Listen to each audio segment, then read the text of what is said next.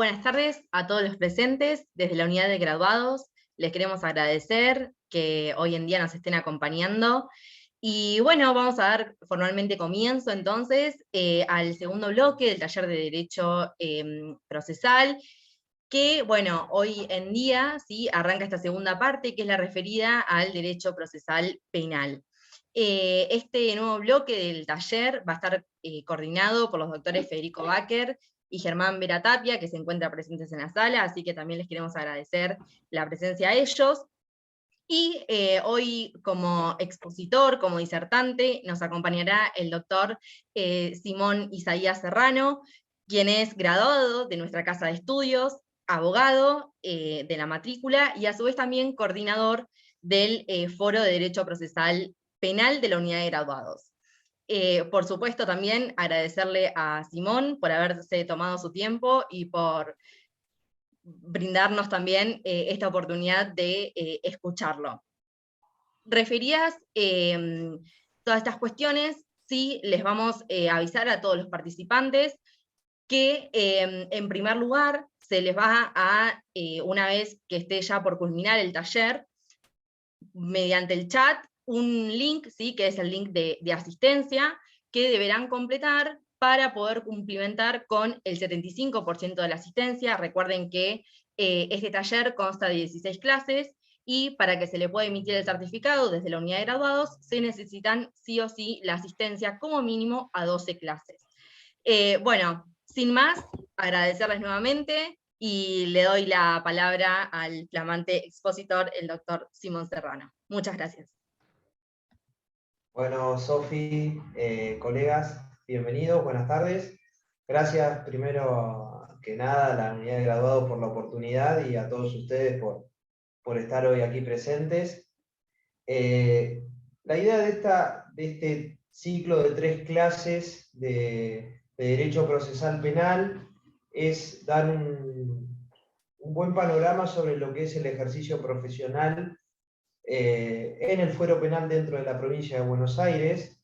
Después vamos a tener al doctor Lisandro Álvarez hablando sobre lo que es proceso penal federal.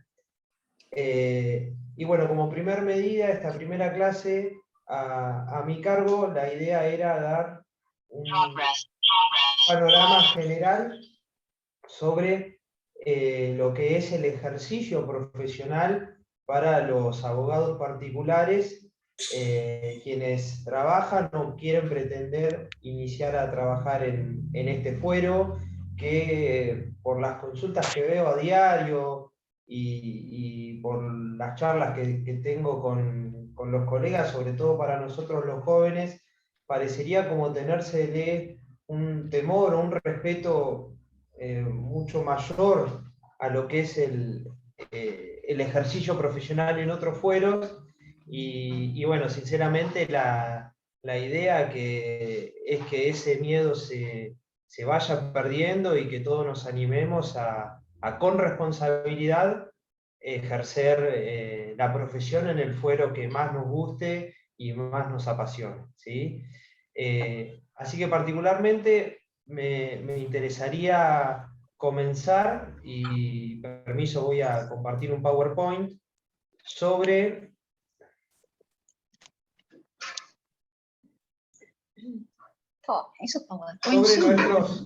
nuestro rol el rol del abogado particular dentro del proceso penal. En realidad en todos los procesos, pero particularmente en el proceso penal, es que lo primero que tenemos que recordar, y también hace a nuestro respeto profesional, es que esto que establece el artículo 56 de la ley 5177, en que en cuanto a nuestro desempeño, los abogados tenemos que ser asimilados a los magistrados, ¿sí? Porque muchas veces veo en los pasillos de tribunales o en conversaciones informales que se tienen con funcionarios o entre colegas, que muchos menosprecian nuestra actividad, y no debemos perder de vista esta situación, ¿sí? Que cuando nosotros estamos ejerciendo nuestra profesión merecemos el mismo respeto y consideración que los propios magistrados, ¿sí? Tengamos 3 años de ejercicio profesional, como lo tengo yo, o tengan 25, 30 años de ejercicio profesional, el respeto que nos merecemos todos es el mismo, ¿sí? Entonces, partiendo de esa base y siendo conscientes de la posición que ocupamos, como digo aquí, bueno, no, creo que no lo puse, pero sí, acá en deberes y obligaciones en el ejercicio profesional, somos colaboradores y auxiliares de la justicia, y nos tienen que respetar como tales, ¿sí? Entonces, en base a esa premisa, es que nosotros debemos confiar en el rol que ocupamos y hacerlo respetar también, ¿sí? Partiendo de esa base, lo que primero tenemos que tener bien en claro es que nuestras obligaciones como abogados son de medios, ¿sí? Y no de resultados, ¿sí? ¿Qué significa esto? Que nosotros como abogados le garantizamos a nuestro cliente que vamos a hacer lo mejor posible para defender sus derechos y su posición dentro de un proceso penal. Pero de ninguna manera podemos asegurar un resultado, como muchas veces he visto y me pasa y me va a seguir pasando, en donde un cliente te viene a ver y lo que primero, sobre todo en un proceso penal, en donde se encuentra en juego la libertad ambulatoria de las personas, es, bueno, doctor, y si le pago tanta plata, ¿usted me asegura que no voy a ir preso? Bueno, ese es el primer error que tenemos que evitar realizar. Prometer resultados.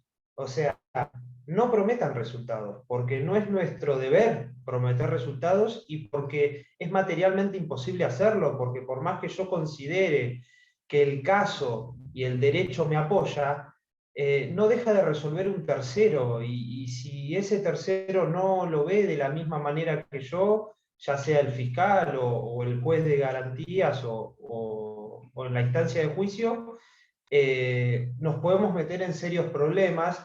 Y ahora sí, yendo concretamente a las cuestiones penales, aquí no se trata de si me rechazan o me hacen lugar a una demanda por 1.000, 100.000 o 1.000.000 de pesos, o el dinero que sea. En el proceso penal se encuentra en juego, como ya dije, la libertad ambulatoria de las personas. Entonces, tenemos que ser honestos y sinceros con los clientes, y esa es la base de una buena relación cliente-abogado, ¿sí? Yendo concretamente a lo que es la atención al cliente, cuando una persona que tiene un conflicto con la ley penal, ya sea el imputado o la víctima, se encuentra en una situación de desventaja en cuanto a la información y en cuanto a la ansiedad que se maneja sobre lo que puede llegar a pasar. Y si bien nosotros no es nuestro deber, nuestra obligación, asegurar qué es lo que va a pasar, sí nuestra tarea es informarle a la gente de qué es lo que puede llegar a pasar, ¿sí? Para dar un ejemplo, hace una víctima de un abuso sexual, hace una denuncia por el hecho del cual fue víctima, ¿sí? Y nos vienen a ver a nuestra oficina, y los primeros que te van a preguntar va a ser, y doctor, bueno, ¿y ahora qué pasa? ¿Qué va a pasar con el imputado? ¿Qué tengo que hacer yo? Y todas esos interrogantes que el cliente tiene, lo tenemos que contestar a través de información que nosotros no conocemos sobre particularmente la causa, pero sí conocemos sobre el desarrollo de un proceso, ¿sí? Entonces, si se denunció un abuso sexual con acceso carnal, lo más probable es que haya un estudio ginecológico. Y bueno, entonces, ¿cómo tranquilizamos o cómo asistimos al cliente en esos casos? Es brindándole la información de qué es lo que probablemente vaya a suceder en las próximas semanas con el desarrollo de la investigación penal, ¿sí? Y lo mismo ocurre cuando quien nos viene a consultar es el imputado. Doctor, me acaban de notificar de la formación de esta causa penal. ¿Qué tengo que hacer? ¿Sí? Bueno, lo primero que yo recomiendo, antes que nada, es tomar conocimiento de las actuaciones. ¿Sí?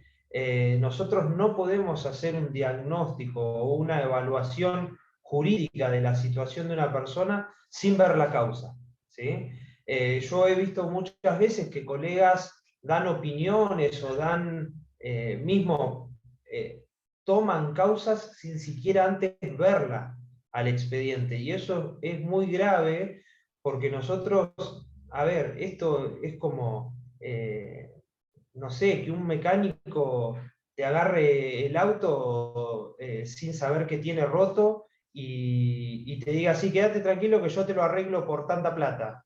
Decís, bueno, pero flaco, si no sabes ni qué tiene roto. Y eso es normal que lamentablemente suceda. Entonces, lo que nosotros tenemos que hacer a la hora de tomar un caso, presupuestar los honorarios y ponernos de acuerdo en ese sentido, es tomar un real conocimiento del expediente.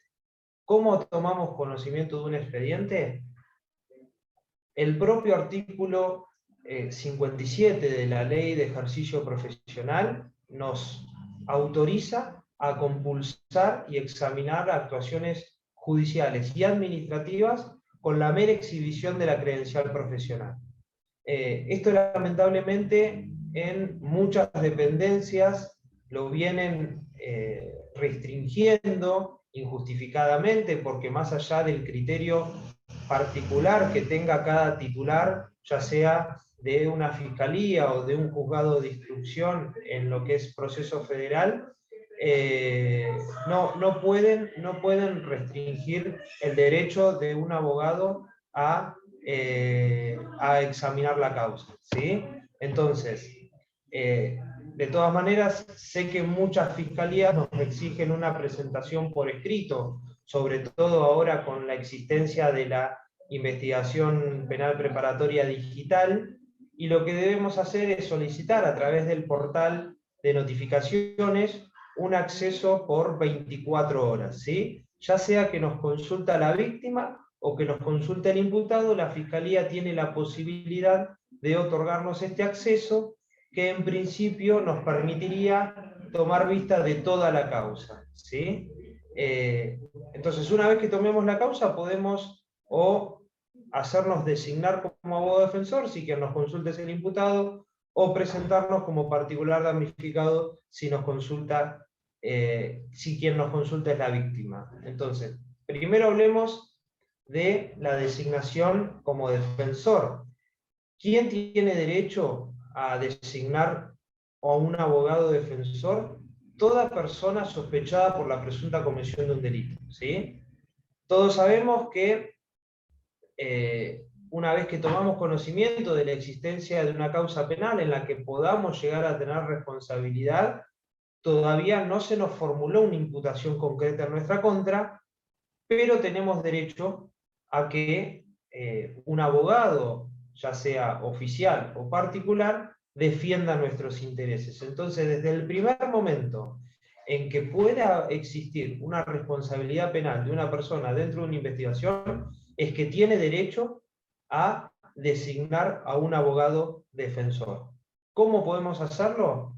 Hoy en día se acostumbra a hacerlo en forma escrita a través de una presentación electrónica, en donde sencillamente el cliente, por su propio derecho, designa a el doctor Simón Serrano como su abogado defensor, para que una vez aceptado el cargo ejerza su defensa particular. ¿Sí? Nosotros, una vez que presentamos la designación, tenemos 3 días, ¿sí?, para aceptar el cargo. ¿Para qué el Código Procesal nos otorga estos 3 días? Justamente es para eso, para otorgarnos un tiempo prudencial en el cual nosotros, durante esos 3 días, podamos tomar conocimiento del expediente y decidir si aceptamos o no el cargo de defensor que nos encomienden, ¿sí?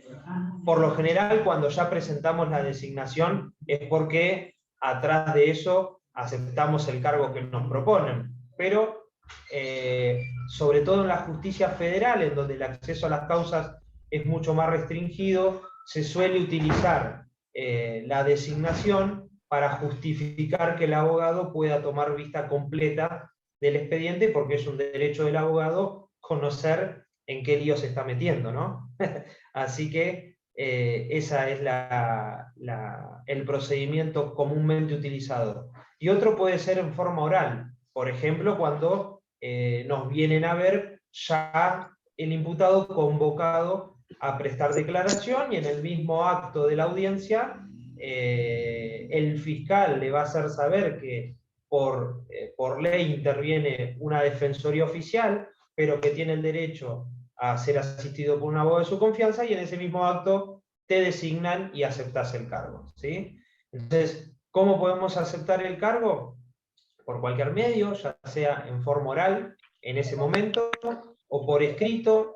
Antes de la pandemia se utilizaba tener que ir a aceptar el cargo mediante un acta por la Secretaría de la Fiscalía, ¿sí? O del Juzgado de Garantías, dependiendo el departamento judicial. En Mar del Plata, la defensa asume el rol ante la Fiscalía, ¿sí?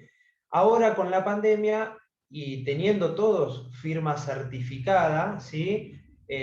Al menos como yo lo hago, directamente hago un escrito diciendo acompaña designación y acepto el cargo, ¿sí? Nada más. Y ahí ya la Fiscalía me tiene por designado como su defensor y me otorga acceso al sistema virtual, ¿sí? A la mesa de entrada virtual.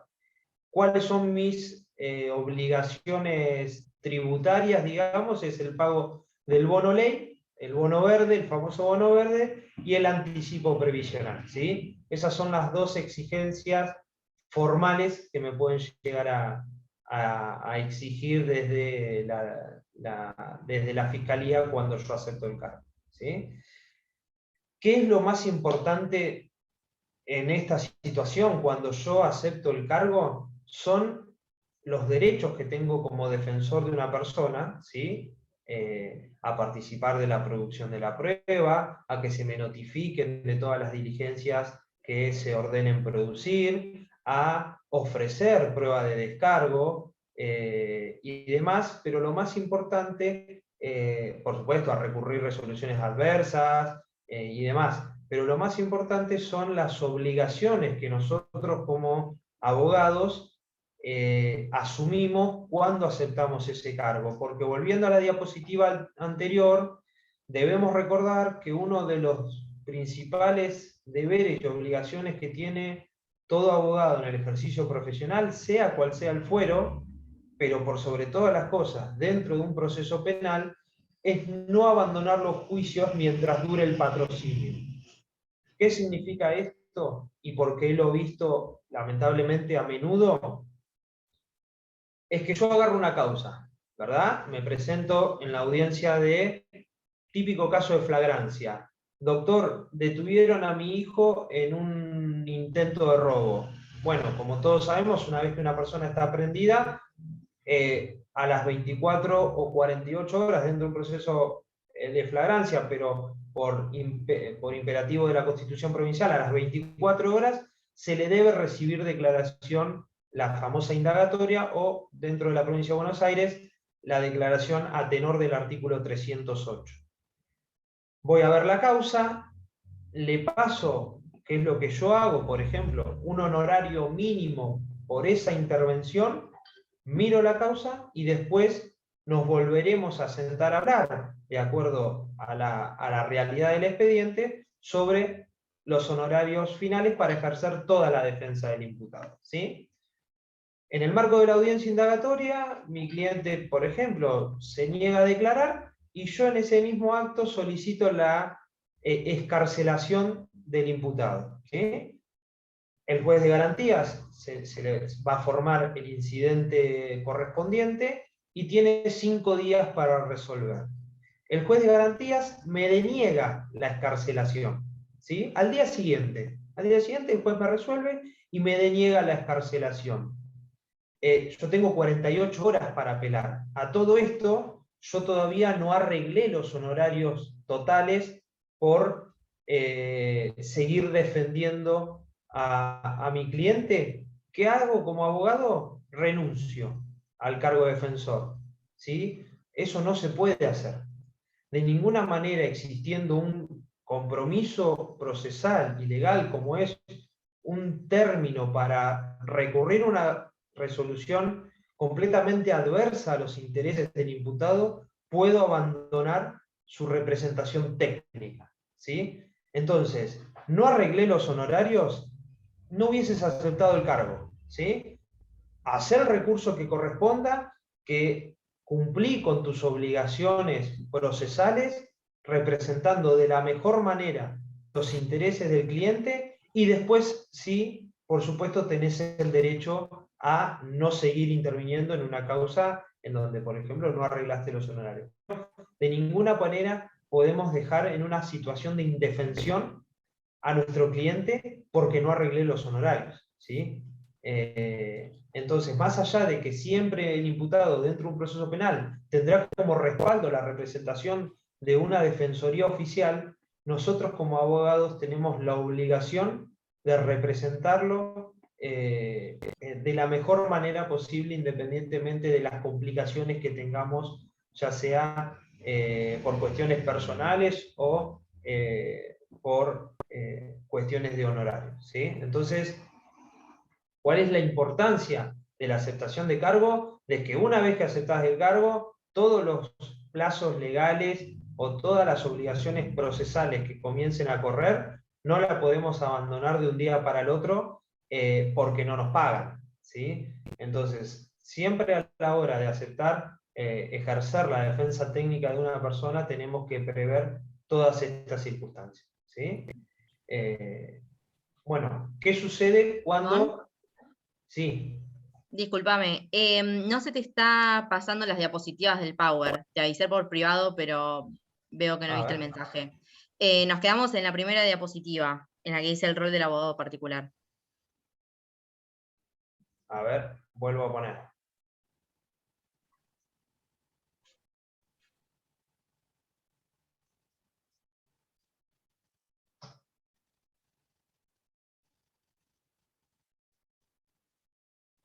¿Ahora?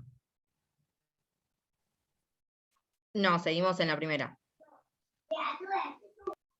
Ahora sí, ahí se empezó a pasar. ¿Ahí? Bien, ahí estamos en la segunda. Bueno, un poco lo que Perdón ya por la vine diciendo. interrupción.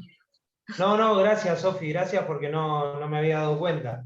Bueno, cuando nos designan para ejercer la defensa técnica del imputado, ya dije, toda persona sospechada por la presunta comisión de un delito, en cualquier momento del proceso, las formas por escrito o oral, aceptación de cargo por los mismos medios, por escrito u oralmente en audiencia, y tener presente los derechos y obligaciones que comienzan a correr, por así decirlo, a partir de ese momento en que asumimos formalmente la defensa técnica de una persona.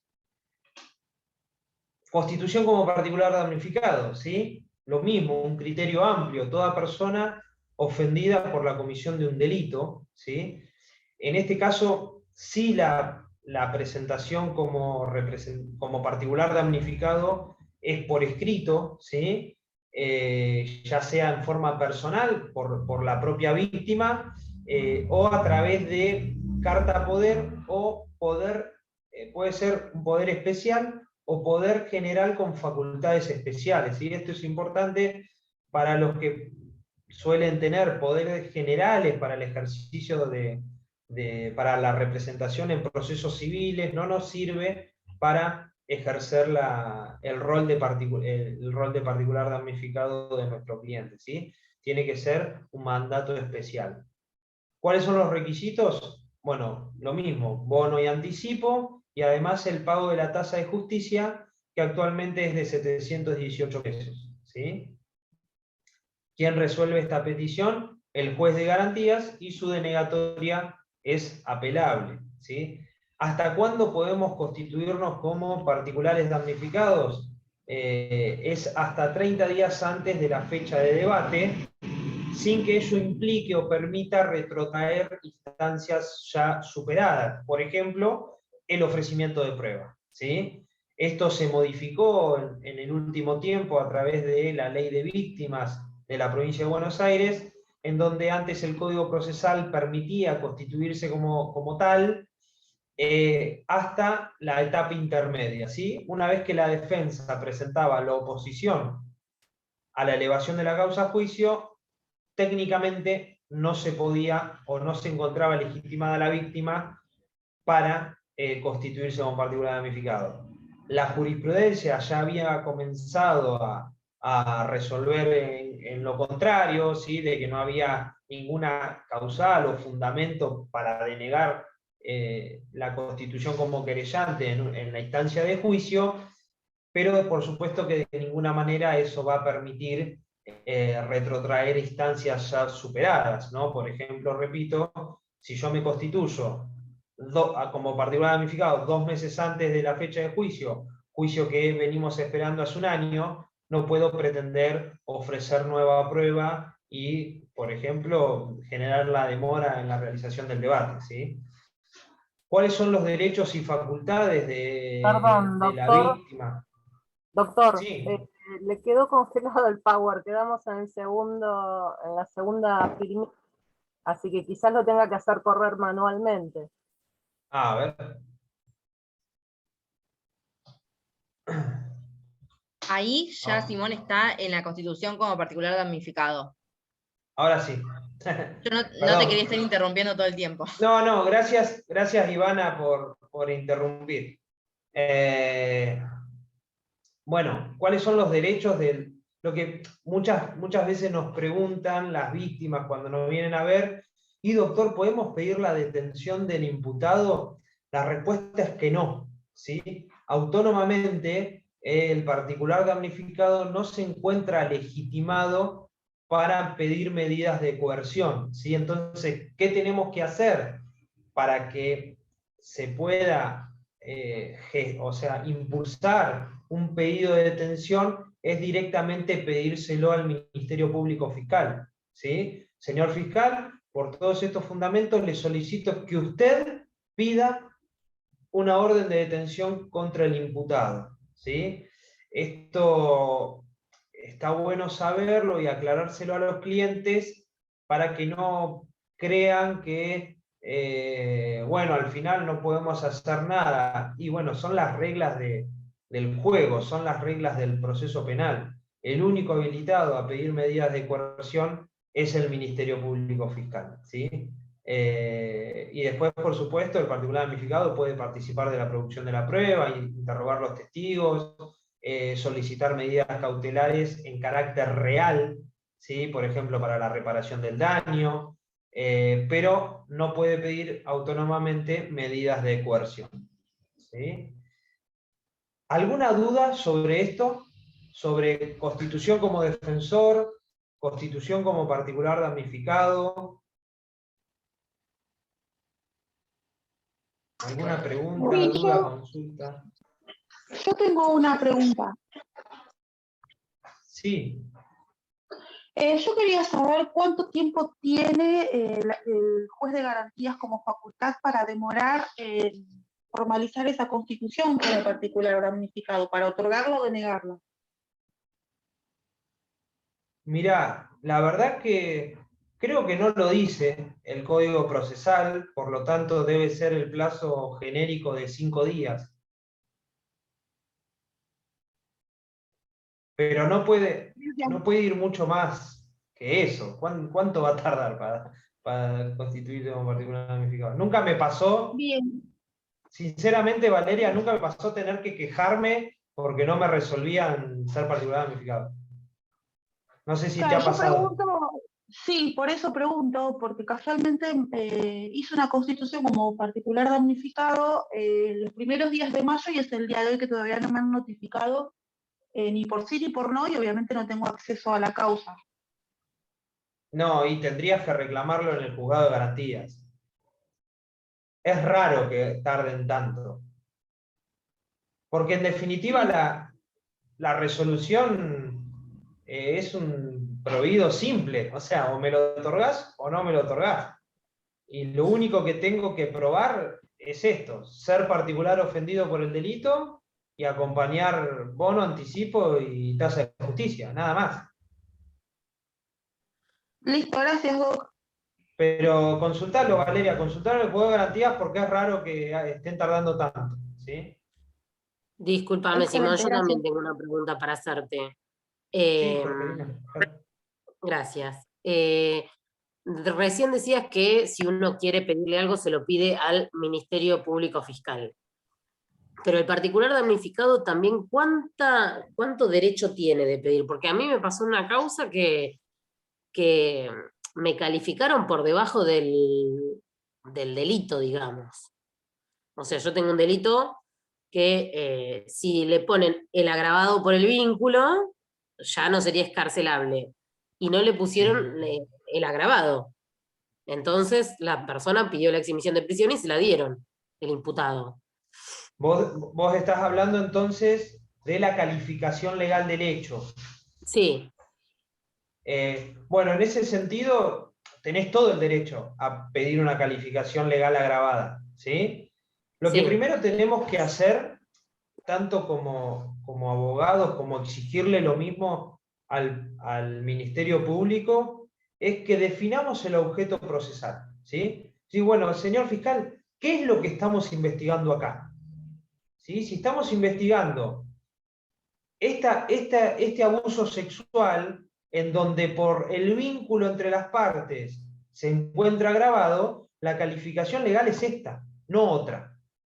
¿Sí? Entonces, solicito que se califique el hecho investigado de tal manera. ¿Sí?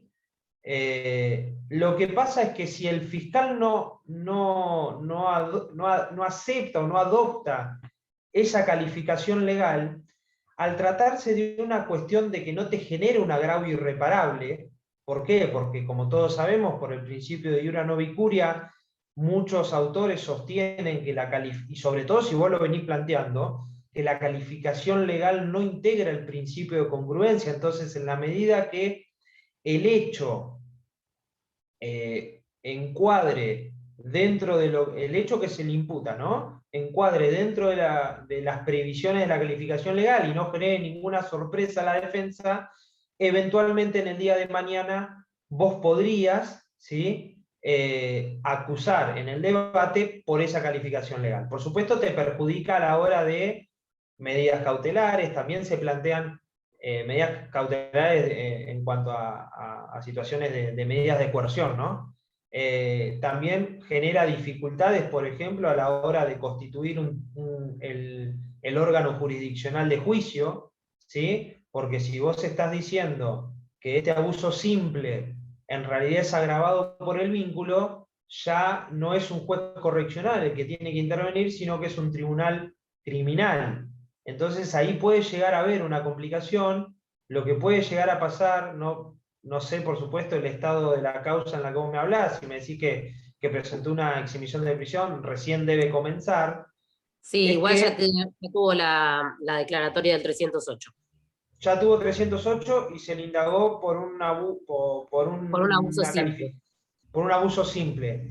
Y ahí tendrías que insistir ante el fiscal de que se lo vuelva a citar indagatoria por una calificación agravada, ¿sí? Todo a los fines de evitar cualquier planteo nulificante o cualquier estado de indefensión del imputado, porque, a ver, si yo soy defensor y vos me indagaste por un abuso simple y después me querés requerir la elevación a juicio por un abuso agravado, por más que algunos consideren que no integra el principio de congruencia, la calificación legal, yo te lo discuto a morir.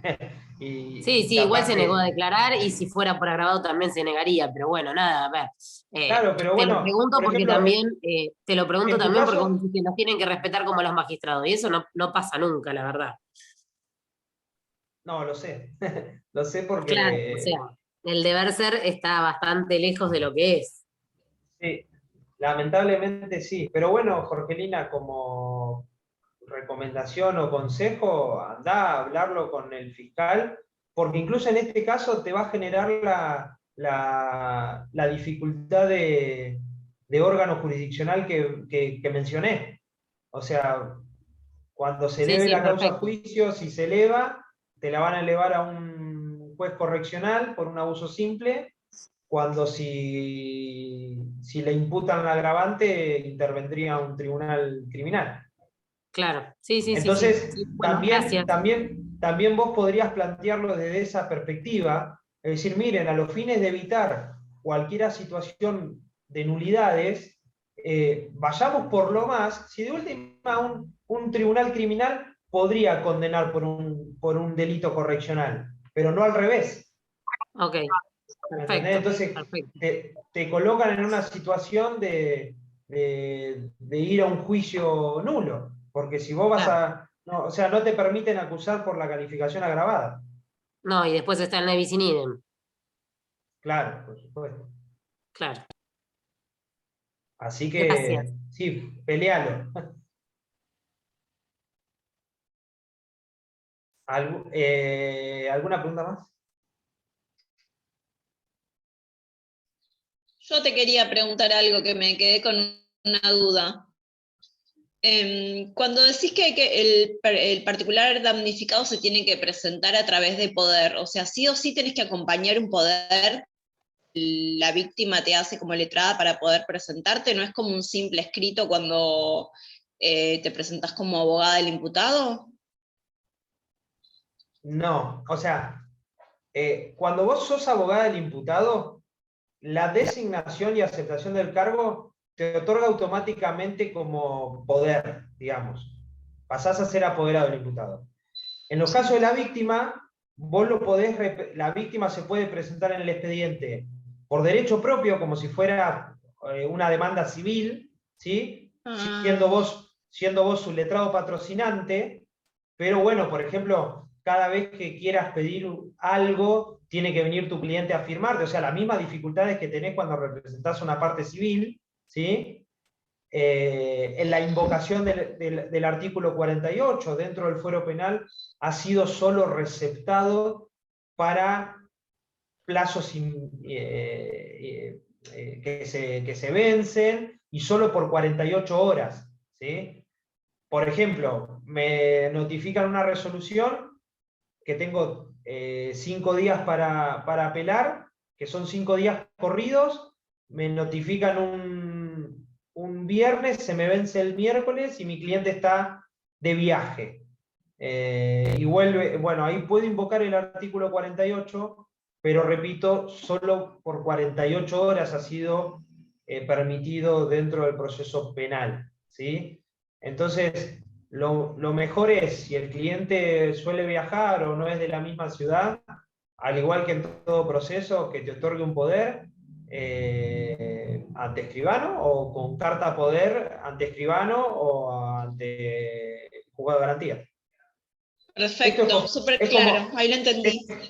es como en el laboral, ¿viste? Va a llevar la carta poder y te Sí. certifica el secretario la firma. ¿Sí? Perfecto, gracias. De nada.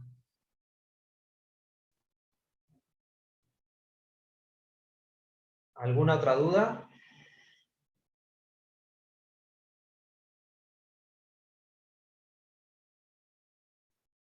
Bueno, seguimos. Avísenme si se pasa a la próxima diapositiva. A la más Sí, ahí ya está en importante. horarios. Vamos a la más importante. Bueno. Como todos sabemos, los abogados tenemos la libertad plena para pactar nuestros honorarios profesionales, ¿sí? Siempre y cuando no sean por debajo del mínimo legal. Siempre hay como un viejo mito de que los abogados penalistas son los abogados más caros, que puede ser, pero es como todo, es por los bienes jurídicos que se encuentran en juego. ¿sí? No es lo mismo, tal vez, lo que te va a cobrar un abogado penal en una causa en donde se encuentra ciertamente en riesgo la libertad ambulatoria de la persona, o que se encuentra detenida, a que lo que te puede llegar a cobrar un abogado para iniciar un daño, un juicio por daños, ¿sí? ¿Por qué? Porque los intereses de las personas y el rigor del trabajo son distintos. O sea, Perdón, Simón, en eso también. justo se te cortó, Jorgelina.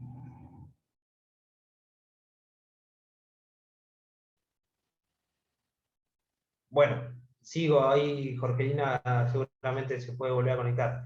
Y lo que también tenemos dentro de un proceso penal es que no estamos hablando de dinero, ¿sí? O sea, no tenemos un trasfondo, en la mayoría de los casos, en donde tenemos por detrás un reclamo de dinero en donde nosotros podamos basar nuestros honorarios al resultado de ese reclamo civil, ¿sí? Entonces, seguramente un abogado laboral en una buena causa cobre lo mismo que un abogado penal. Lo que pasa es que el abogado penal te lo va a cobrar antes porque no tiene esa expectativa de cobro que tienen otras ramas del derecho, como puede ser el civil y comercial, o el laboral, o cualquier otro, ¿sí? Entonces, los honorarios que suelen acordarse, repito, son de manera anticipada, ¿sí? Y no suelen ser bajos, pero porque ya los honorarios mínimos no son bajos, ¿sí? Yo de hecho no cobro muy por encima de los honorarios mínimos, porque están realmente hoy en día, con la última modificación de la ley de honorarios, creo que fue en el 17, hoy en día, y el actual valor del IUS, están bastante bien tasados nuestros honorarios. Por ejemplo, presentación de una denuncia con firma de letrado, 15 IUS, ¿sí? 15 IUS hoy en día son más de 60.000 pesos, ¿sí?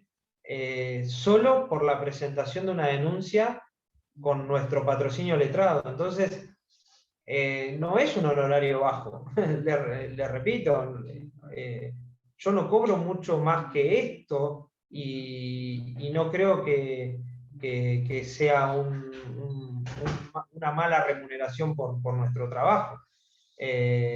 Lo mismo sucede con la representación del particular damnificado. Imagínense ustedes lo difícil que es realmente para nosotros como abogados tener que decirle a una víctima de un delito que, para que nosotros podamos representarlo durante la IPP, ¿sí? Durante la investigación penal preparatoria, nuestros honorarios mínimos son 40 IUS, ¿sí?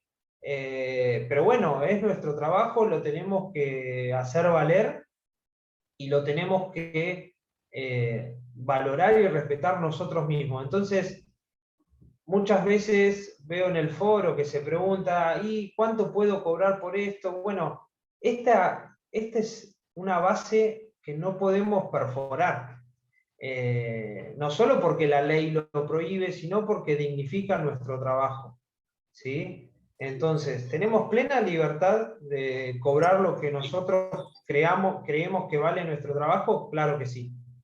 Pero no por debajo de esto, ¿sí? No por debajo de esto, porque creamos una desvalorización de nuestro trabajo y una competencia desleal, que justamente la idea de la ley es que no ocurra, ¿sí? De que un abogado por el mismo trabajo te cobre una cosa y el otro abogado te cobre por debajo de los mínimos, ¿sí?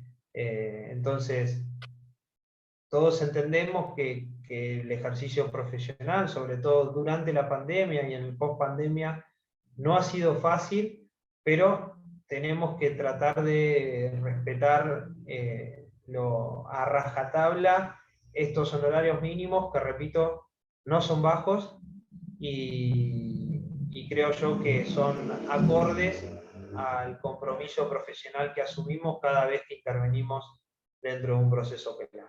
¿Sí? ¿Cómo trabajo yo? Firmando un convenio de honorarios, en donde acordamos el monto y la forma de pago, porque siempre le digo a mis clientes que no me van a pagar ni mucho más, ni mucho menos, ni un peso más, ni un peso menos de lo que acordamos. ¿Sí? Para la tranquilidad de ellos, de que cada vez que, por ejemplo, yo tenga que interponer un recurso, no es que lo voy a estar llamando y diciéndole, mirá, o me traes tanta plata o no presento el recurso. No, esos ida y vueltas desgastan las relaciones clientes-abogados, no es sano, no está bueno y no corresponde que ejerzamos de esa manera la profesión. ¿Sí? Por eso mismo, vos podés cobrar un honorario mínimo para hacer una intervención particular y después acordar el resto, pero sin perder de vista los mínimos legales y el compromiso profesional que nosotros asumimos cada vez que aceptamos un caso. ¿Sí? Respecto a esta cuestión, nada más que agregar. Cuando no sepan qué cobrar, vayan a ver la ley de honorarios que establece mínimos para nada menores y que de última se justifican con sus clientes en el monto, es decir, es el mínimo. Así que nada, ténganlo como una base y como, repito, un plano a seguir. ¿Sí? Después les voy a compartir. ¿Se ve la última diapositiva que acabo de cambiar? No, seguimos con honorarios. Ahora sí. ¿Está? Sí, perfecto. Bien.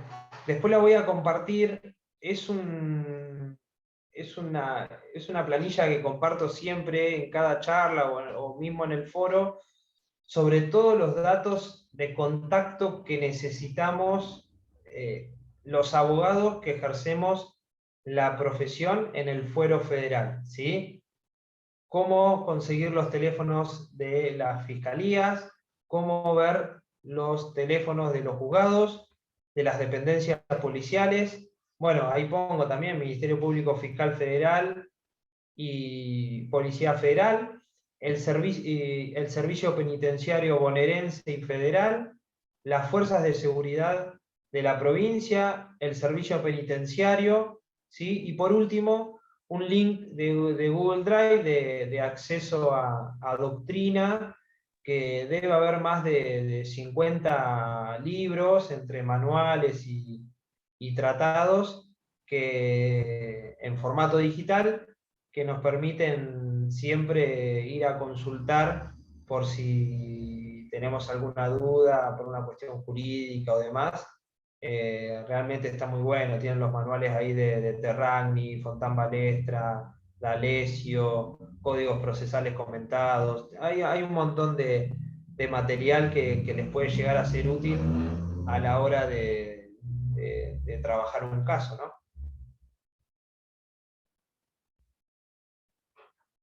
Y nada más. No sé si hay alguna duda, consulta que quieran que evacúe. Traté de dar un panorama general, porque después los demás expositores van a trabajar sobre cuestiones más puntuales dentro de un proceso penal. Pero bueno, nada, si tienen alguna duda, consulta, como hicieron ya algunos colegas sobre situaciones que les está ocurriendo actualmente dentro de un proceso, no duden en hacerla. Este es el momento para eso. Doctor, ¿le puedo hacer una consulta? ¿Se escucha ahí? Sí, Gregorio, te escucho un poquito bajito, pero sí. Ahí se escucha mejor. A ver, dale.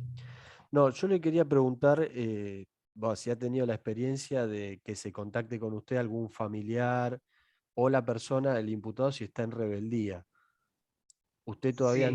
no lo patrocina, ¿le puede asesorar que se presente a derecho o primero se va a presentar a ver el expediente y después preparará la exhibición de prisión o lo que sea? No sé si le ha pasado. Sí, bueno, dentro de nuestra rama es muy común que el primer contacto que nosotros tengamos con el cliente sea a través de su familia, ya sea o porque se encuentra en rebeldía, prófugo, o porque se encuentra detenido. Quien primero te viene a ver es la familia. En ese caso, cuando una persona está en rebeldía, ahí sí pueden ser más reacios a mostrarte el expediente, pero es un derecho del imputado, aún en rebeldía, designar abogado defensor.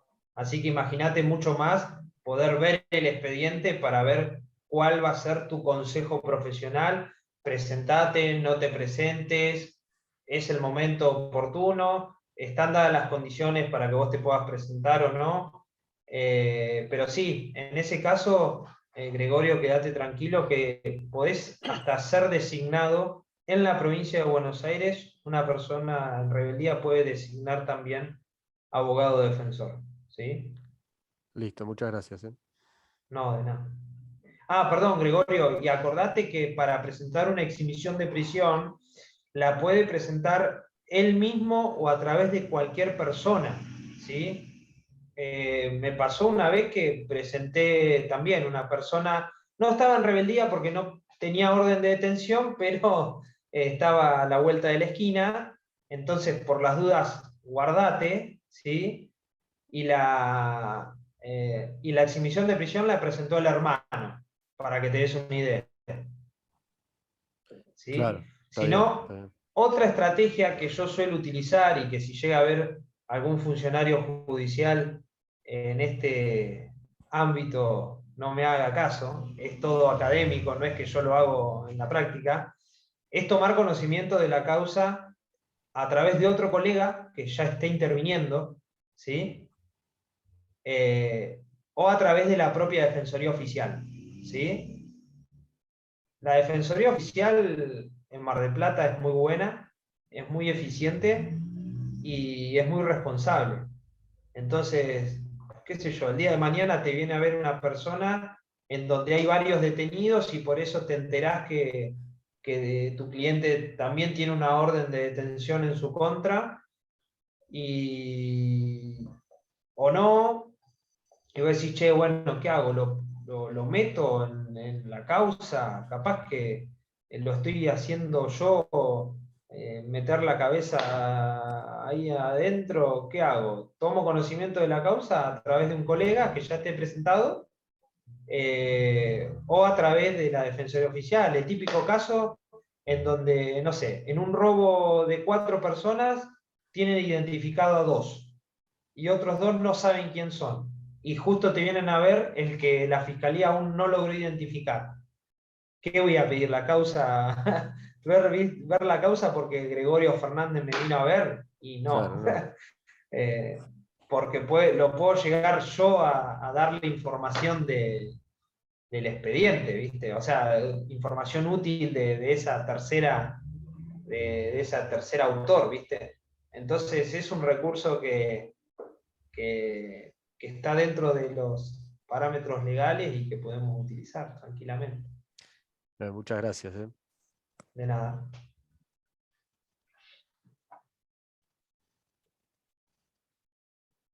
¿Alguna otra pregunta?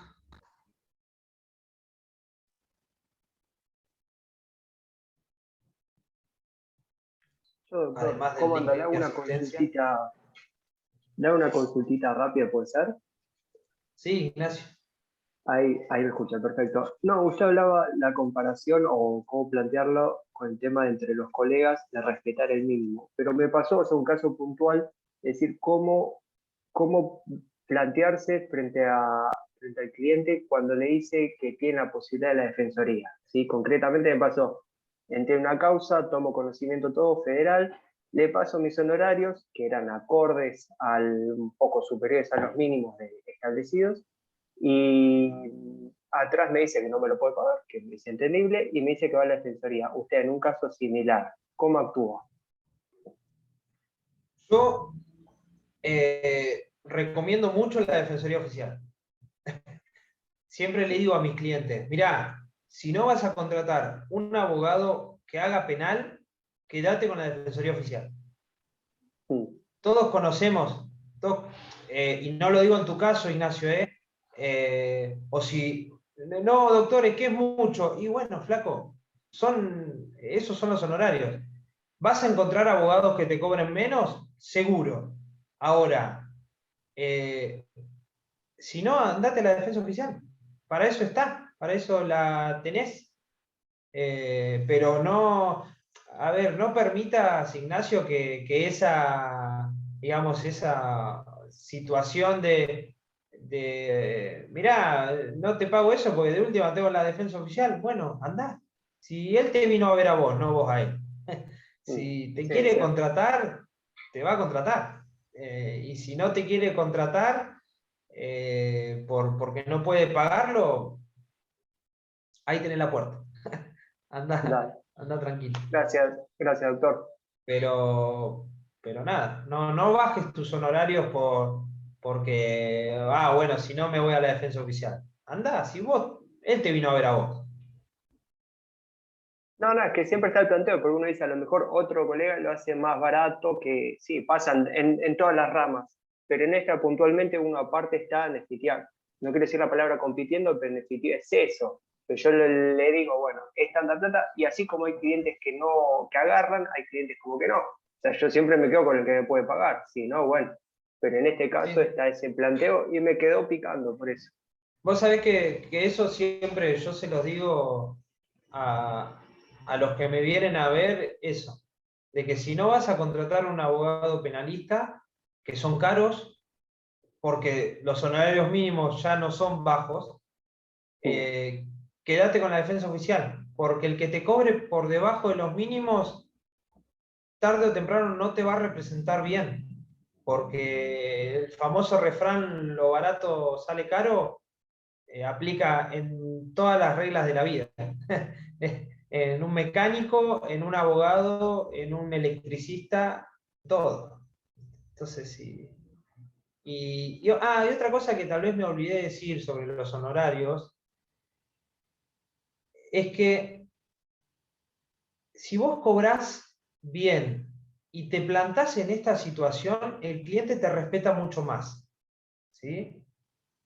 ¿Por qué digo eso? A la larga, el cliente, sobre todo en el proceso penal, en donde la mayoría no es la primera vez que están detenidos, me pasa a mí que tengo la gran desventaja injusta, pero volviendo al deber ser y al ser, es que soy joven, ¿sí? Entonces muchos ya te ven joven, nos debe pasar a muchos, y dicen, este pibe no debe ser tan bueno, ¿sí? Entonces, cuando acomodás ese prejuicio a los honorarios que te paso, muchas veces termino compensando la balanza, ¿sí? Veo muchos chicos jóvenes en esta clase y les debe pasar a todos lo mismo, a todos nos pasa, lamentablemente. De ese prejuicio de que por ser jóvenes tenemos que ser más baratos. Y no. Entonces, incluso el cobro de honorarios es una forma de mostrar respeto para con el cliente. ¿Sí? Eso ténganlo en cuenta también. Perdón, una consulta, doctor. Sí, Claudia. ¿Cómo le va, doctor? Encantada de verlo de nuevo en otro taller. Y gracias. También siempre me queda presente lo que ustedes siempre dicen en los talleres, del tema del cobro de consulta. Siempre es un poquito más elevado, menos de news, jamás más elevado, y sabemos bien de que los clientes van de abogado en abogado generalmente, buscando precio, lo barato sale caro, como usted dice, y el tema de siempre me quedó la recomendación suya de decir, sí, para justificar los horarios y todo, no apertura de carpeta, pero sí poder cobrar, también mandar un escrito al cliente por si va a haber otro abogado para justificar nuestros honorarios. Bueno, yo justamente cada vez que alguien me viene a consultar, por supuesto cobro la consulta. Hoy en día ya el 4176 del IU se redondea en 5000. Tal cual. Y si es una causa compleja en donde se justifica un cobro mayor por ver la causa, sí preparo un informe por escrito. ¿Por qué? Porque me gusta, primero, que el cliente sepa, se vaya conforme con la atención que uno le da, ¿no? Es decir, bueno, vino al estudio con un montón de dudas, de incertidumbres y demás, y se va a la casa con un informe escrito en donde, si no le quedó claro algo que le dije, lo puede leer, ¿sí? También entendamos que de por sí la situación de verse envuelto en una causa penal es una situación de estrés, en donde la atención de que una persona entiende de lo que se le dice se reduce a si voy a estar preso o no, ¿viste? Es decir, en el medio le contaste un montón de cosas y después de hablar media hora te pregunta, ¿y voy a ir en cana o no voy a ir en cana? Entonces, bueno, darle una explicación de todo lo que se investiga, de cuál es tu opinión jurídica y cuáles serían, a tu criterio, los pasos a seguir por escrito.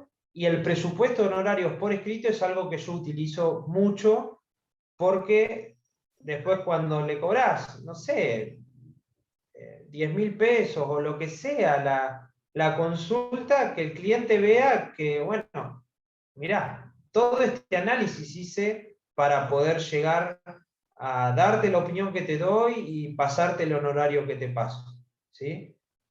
Así que sí, Claudia, el recurso del informe escrito es súper, lo utilizo un montón. Lo uso, desde que lo escuché a usted lo empecé a usar y la verdad que espectacular, porque de última, por ética para otro colega, también van con este escrito y uno no les está mintiendo ni mucho menos. Es más, también, bueno, el tema de los honorarios por ver la IPP previa al CIN antes de tomar la defensa, como usted dijo.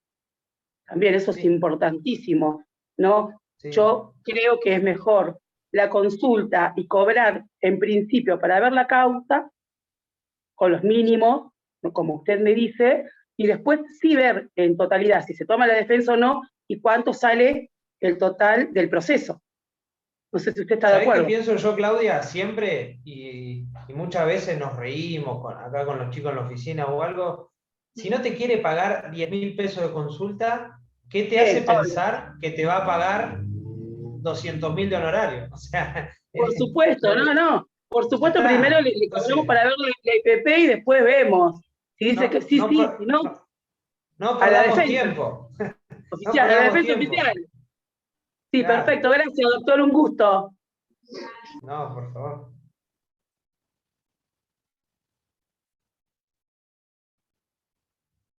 ¿Alguna otra pregunta?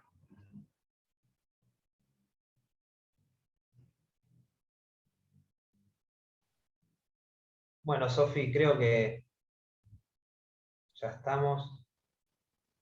Mejor, bueno, porque tengo un asado. Bueno, si ya no hay más preguntas, desde la unidad de graduados le agradecemos muchísimo a todos los participantes y obviamente a Simón. La verdad que los comentarios por el chat son muy lindos de leer, así que bueno, también va desde nuestro lugar la felicitación para vos, Simón. Espero que todos hayan completado el formulario de asistencia que se envió por chat. Cualquier cosa, si no, nos escriben al Instagram de graduados si alguno tuvo algún problema. Bueno, nos vemos la semana que viene en las próximas clases de los talleres. Y bueno, ha sido un placer para mí. Y de nuevo, otra vez, muchas gracias por su asistencia. Chao, muchas gracias.